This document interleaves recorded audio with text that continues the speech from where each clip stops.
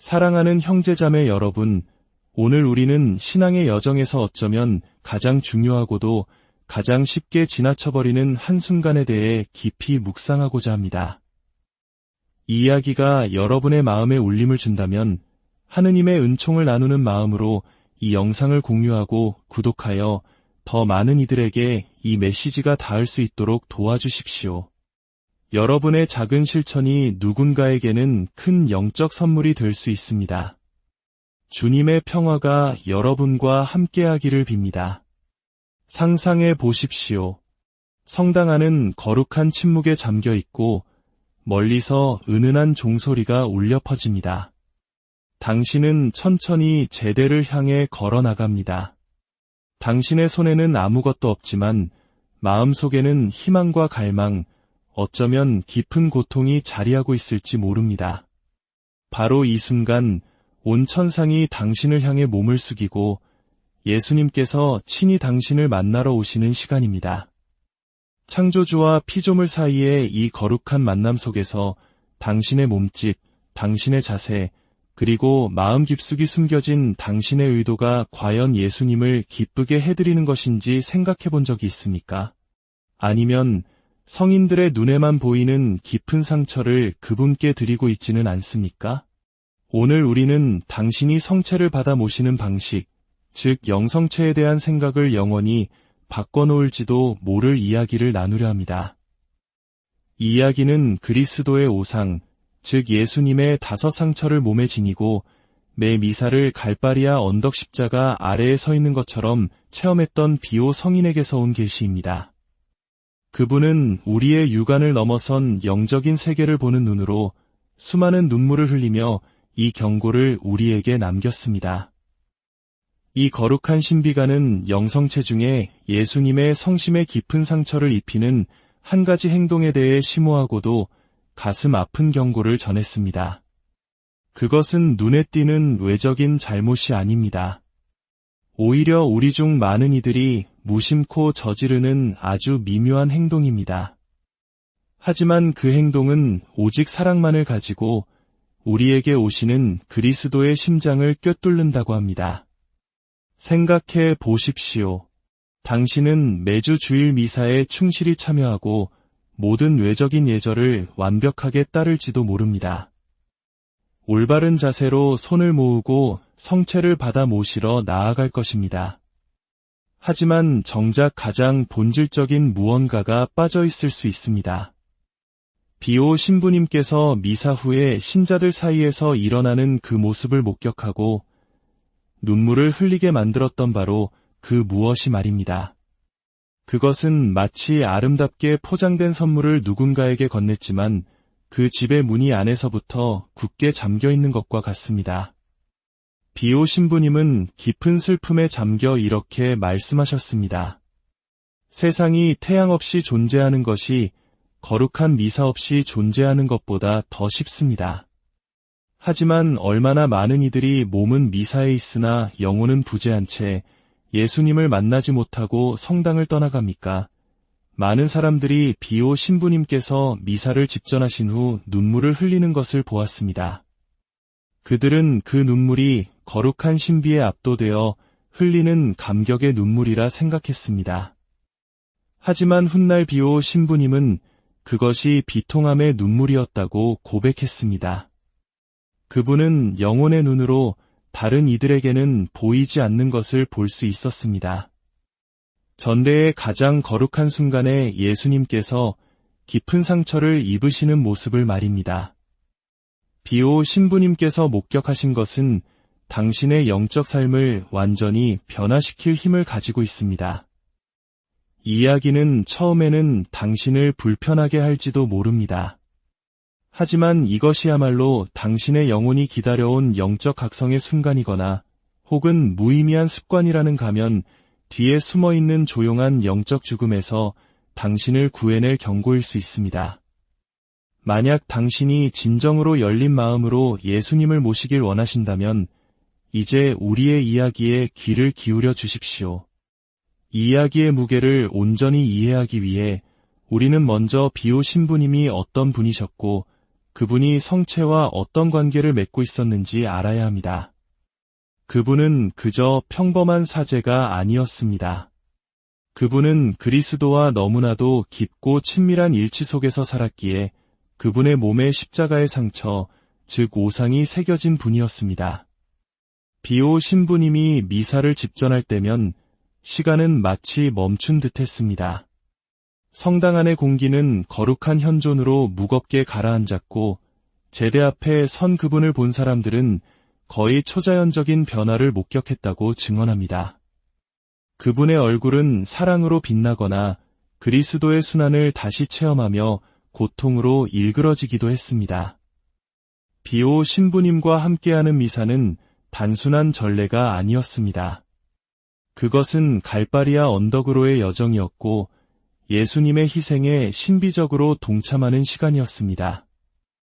한 젊은 여성은 비오 신부님의 미사 중에 제대에서 뿜어져 나오는 영적인 현존에 압도되어 무릎을 꿇고 쓰러진 적이 있습니다.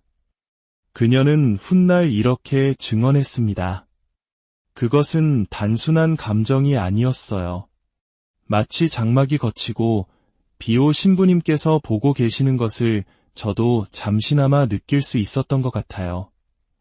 고통받으시고 또 영광스러우신 그리스도께서 진정으로 우리 가운데 현존하고 계셨습니다. 많은 사람들은 비오 신부님의 미사가 몇 시간 동안 계속되었다고 말합니다. 마치 그분께서 그리스도의 고통의 모든 순간을 실시간으로 겪고 계시는 것 같았다고 합니다. 그분을 통해 거룩함은 만질 수 있는 실제가 되었습니다. 그분이 성체를 높이 들어 올릴 때 목격자들은 그분의 손이 약해서가 아니라 우주의 창조주를 손바닥에 모시는 그 압도적인 무게감 때문에 떨렸다고 말합니다. 미사가 끝날 때마다 신자들은 종종 그분의 얼굴에 눈물이 흐르는 것을 보았습니다. 수년 동안 사람들은 그것이 영적 황홀경의 눈물, 그리스도를 깊이 사랑하는 영혼의 자연스러운 반응이라고 생각했습니다. 하지만 훗날 비오 신부님은 영적 지도 신부님과의 대화 속에서 가슴 아픈 진실을 털어놓았습니다. 그 눈물은 슬픔의 눈물이었습니다. 그분은 한 번 이렇게 고백했습니다. 만약 사람들이 내가 거룩한 미사 중에 보는 것을 볼 수 있다면 성당은 경배하며 무릎 꿇는 신자들로 가득 찰 것입니다. 비오 신부님께는 영성체 중에 일어나는 영적인 실제를 감지할 수 있는 드물고도 심오한 은사가 주어졌습니다. 그분은 천사들이 경배하며 엎드리는 것을 보았고 빵과 포도주가 실제로 그리스도의 몸과 피로 변하는 것을 보았습니다. 하지만 가장 고통스러운 것은 제대에 나아오는 각 사람이 어떻게 예수님을 받아 모시는지를 볼 수 있었다는 점입니다. 그분은 순수하고 사랑 가득한 마음에 안기실 때 주님께서 느끼시는 기쁨과 무관심이나 그보다 더 나쁜 태도를 마주하셨을 때의 깊은 슬픔을 똑똑히 목격했습니다. 비오 신부님은 마치 그 일이 자신의 심장에서 일어나는 것처럼 그리스도께서 거부당하시는 것을 개인적인 상처로 느꼈습니다. 어느 힘든 미사가 끝난 후 한 동료 사제가 성구실에서 울고 있는 그를 발견하고 물었습니다. 신부님, 무슨 괴로운 일이 있으십니까? 비오 신부님은 이 세상의 것이 아닌 고통이 담긴 눈으로 그를 올려다보며 속삭였습니다. 나는 주님께서 사랑으로 팔을 벌리고 영혼들에게 다가가시는 것을 보았소. 하지만 그들은 마치 그분을 빵 한 조각에 불과한 것처럼 대했소. 그것은 마치 왕을 자기 집에 초대해놓고는 그분의 눈을 쳐다보지도 않고 앉을 자리를 권하지도 않고 심지어 그분의 존재 자체를 인정하지 않으려는 것과 같았소. 이 특별한 은사, 이 영적인 시력이야말로 비오 신부님을 우리 시대의 가장 위대한 성체성사의 증인 중 한 명으로 만들었습니다. 그분은 성체 안에 계신 그리스도의 현존을 단지 믿는 데 그치지 않고 영혼의 눈으로 똑똑히 보았습니다. 그분은 공경심에 대해 가르치는 데 그치지 않고 불경함이 주는 상처를 마치 자신의 몸에 가해지는 것처럼 느꼈습니다.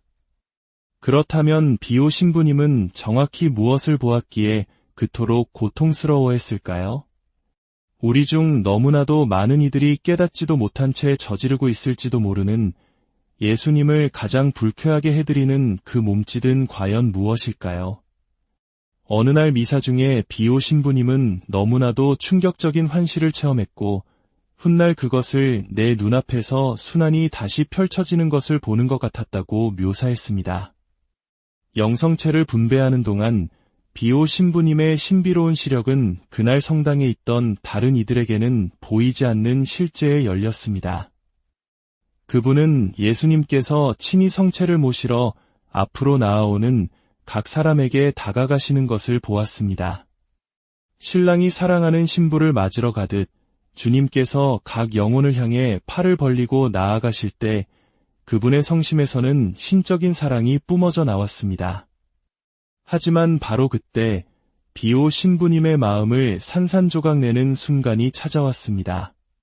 어떤 사람들이 입으로 성체를 받아 모실 때 비오 신부님은 충격적인 광경을 목격했습니다. 예수님께서는 그 영혼들에게 다가가셨지만 들어갈 수가 없으셨습니다. 주님께서는 그들의 마음문 앞에서 멈춰서서 돌아서셨습니다. 그분의 얼굴에는 비오 신부님의 표현을 빌리자면 만약 돌멩이가 볼 수 있다면 돌멩이도 울게 만들 깊은 슬픔이 어려 있었습니다. 비오 신부님은 훗날 이렇게 설명했습니다. 마음이 닫혀 있었소. 어둡고 굳어져 있었지. 입으로는 물질적인 성체를 받아 모셨지만 영혼은 살아계신 그리스도를 거부한 것이오. 그것은 마치 누군가 귀한 손님을 집에 초대하여 형식적인 예의로 문은 열어주었지만 눈을 마주치거나 자리를 권하거나 그 어떤 의미 있는 방식으로도 손님의 존재를 인정하지 않는 것과 같았다고 했습니다. 여기에 충격적인 계시가 있습니다. 영성체 중에 예수님을 가장 불쾌하게 해드리는 몸짓은 근본적으로 외적인 것이 아닙니다. 물론 우리의 육체적 행동에 있어 공경심을 표하는 것은 매우 중요합니다. 하지만 비오 신부님은 그리스도께 훨씬 더 큰 상처를 주는 것을 목격했습니다. 바로 다친 마음이라는 내적인 몸짓입니다. 문제는 당신이 성체를 혀로 모시는지 손으로 모시는지 무릎을 꿇는지 서 있는지에 관한 것이 아닙니다. 문제는 당신 영혼에 보이지 않는 문, 그리고 그 문이 진정으로 그분을 환영하기 위해 열려 있는지에 관한 것입니다. 비오 신부님은 눈에 보이는 고뇌를 감추지 못하며 말했습니다. 그 영혼들은 겉보기에는 아름다웠소. 옷을 단정히 입고 정해진 모든 동작을 따랐지. 하지만 그들은 속이 텅 빈 아름다운 성작과 같았소. 겉은 화려하지만 속은 텅 비어 있었지. 그분은 날카로운 통찰력으로 덧붙였습니다. 악마는 교회에서 미사를 없앨 필요가 없소.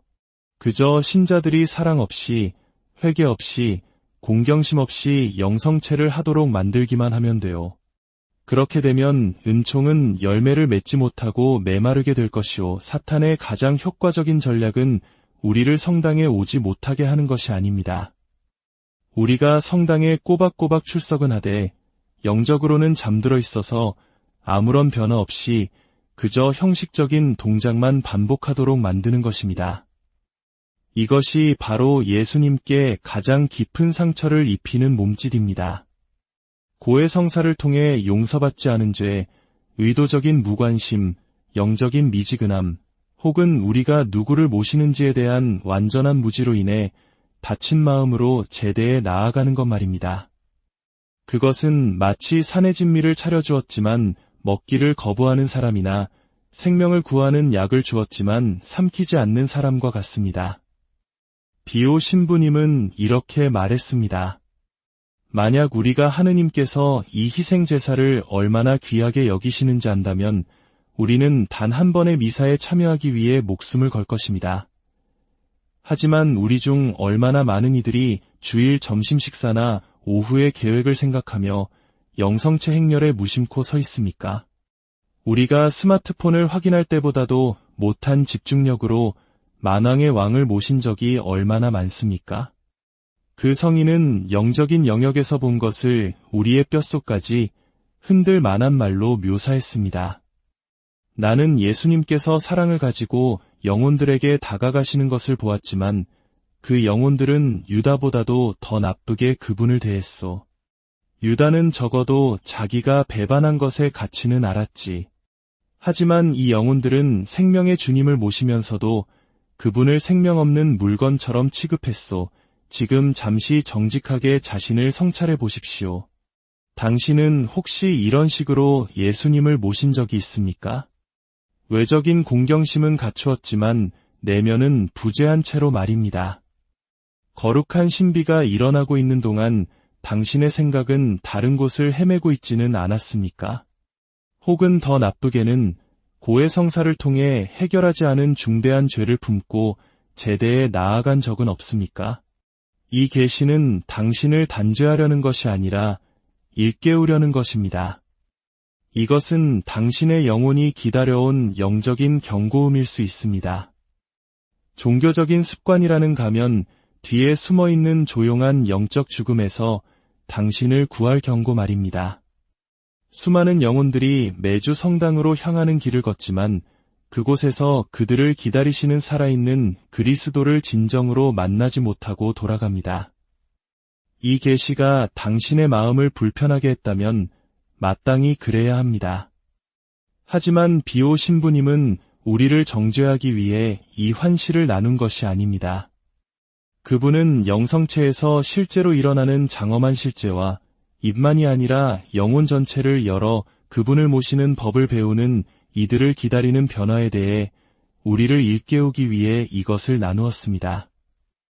비오 신부님은 당신의 신비로운 통찰력을 통해 수많은 가톨릭 신자들이 성체를 모실 때 저지르는 3가지 치명적인 오류를 지적했습니다. 이 오류들은 단순한 전례상의 실수가 아닙니다.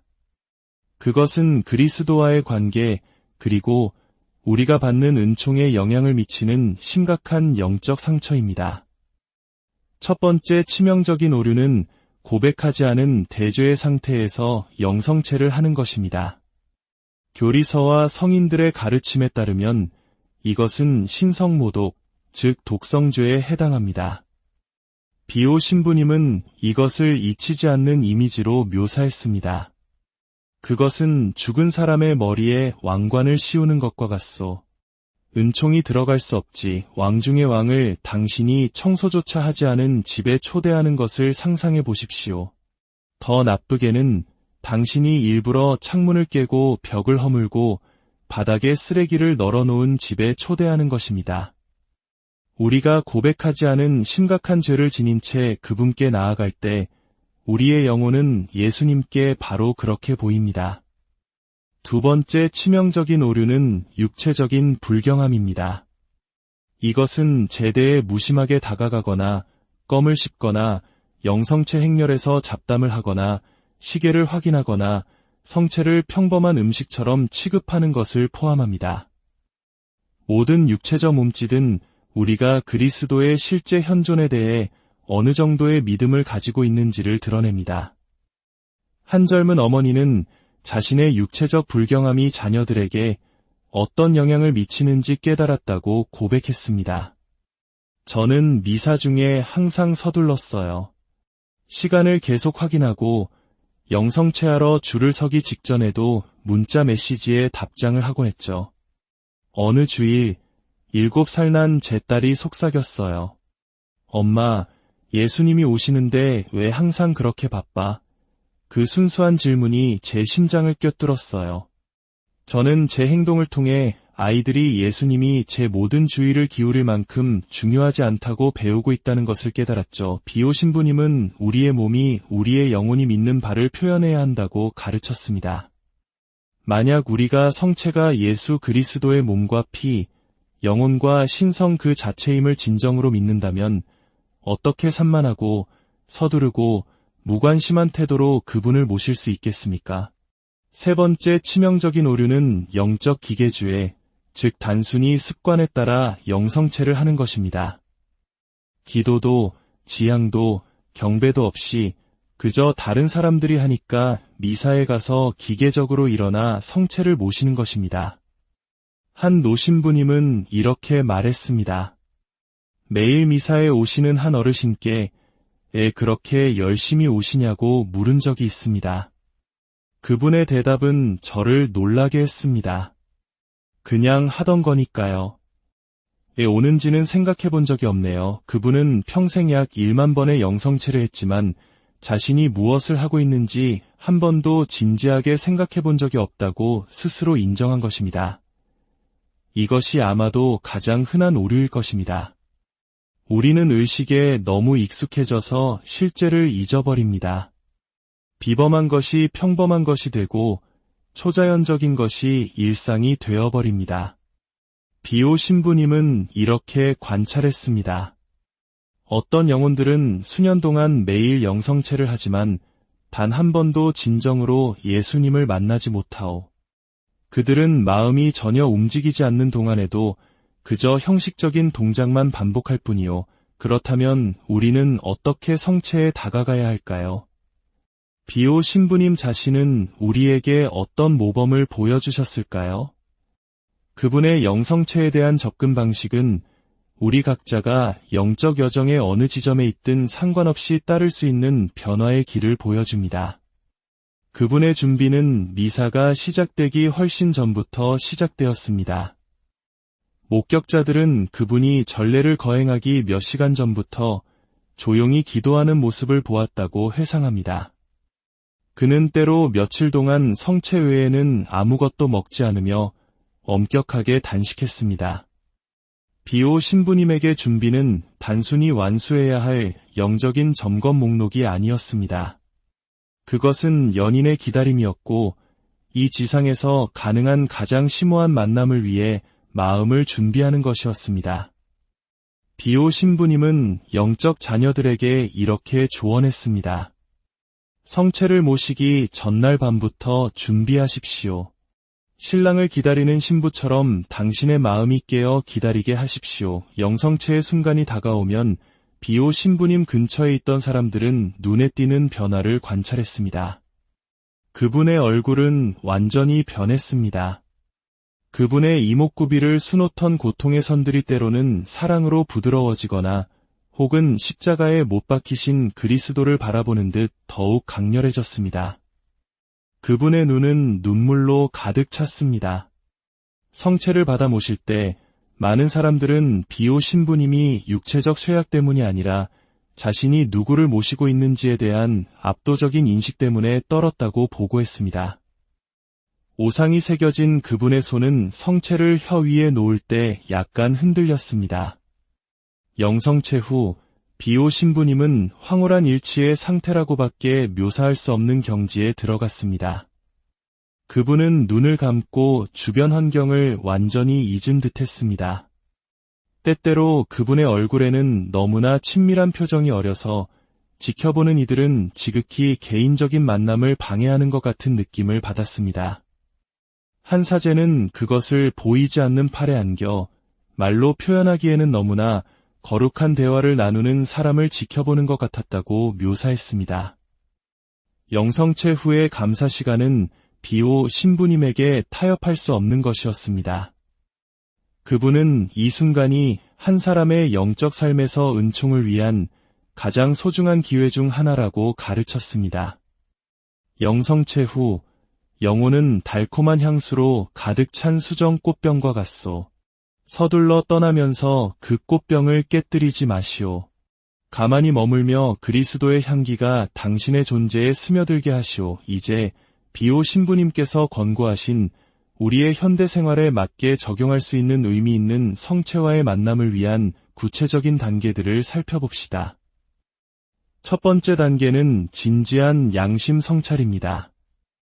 미사를 드리기 전날 저녁이나 당일 아침에 조용히 앉아 성령께서 우리 마음의 어두운 구석을 비춰주시도록 시간을 내십시오.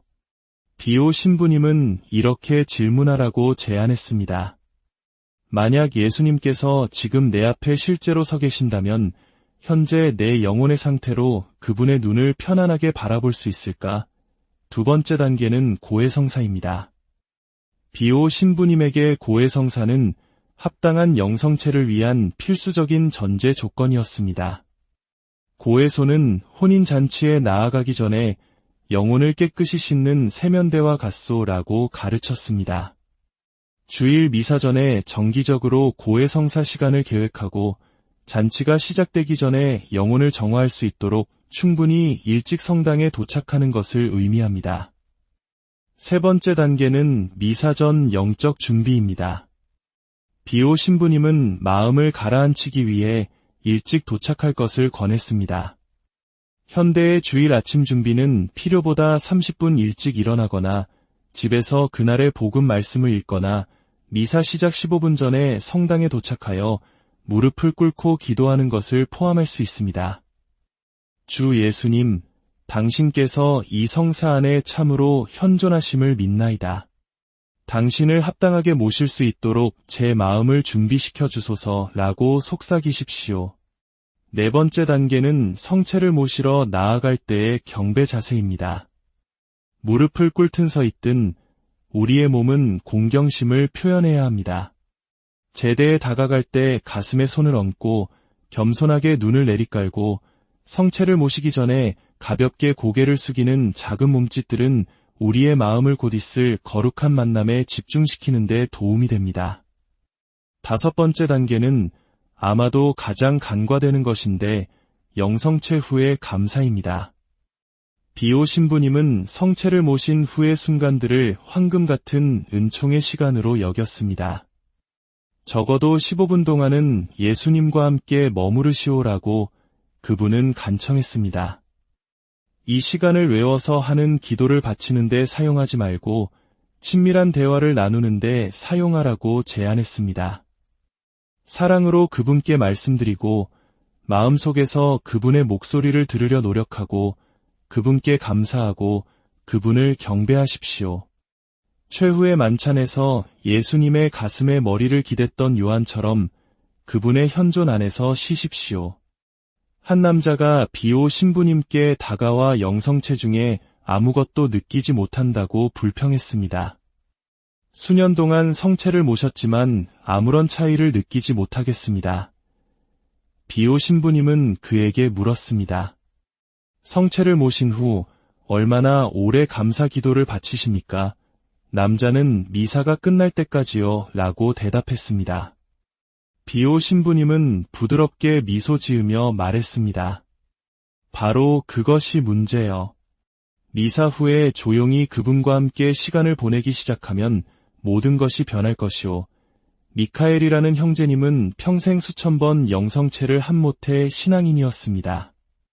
그는 스스로 인정했듯이 비오 신부님이 경고했던 바로 그 영적 기계주의에 빠져 있었습니다. 저는 골프게임이나 점심으로 무엇을 먹을지 생각하며 성체를 모시러 걸어 나갔습니다. 모든 것은 미카엘 형제님이 비오 신부님의 성체 가르침에 초점을 맞춘 피정에 참석했을 때 바뀌었습니다.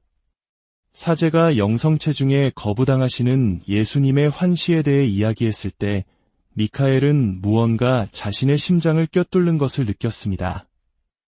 자신이 이 거룩한 선물을 얼마나 부주의하게 다루었는지에 대한 갑작스럽고 고통스러운 깨달음이었습니다. 마치 제 눈에서 비늘이 떨어져 나가는 것 같았어요.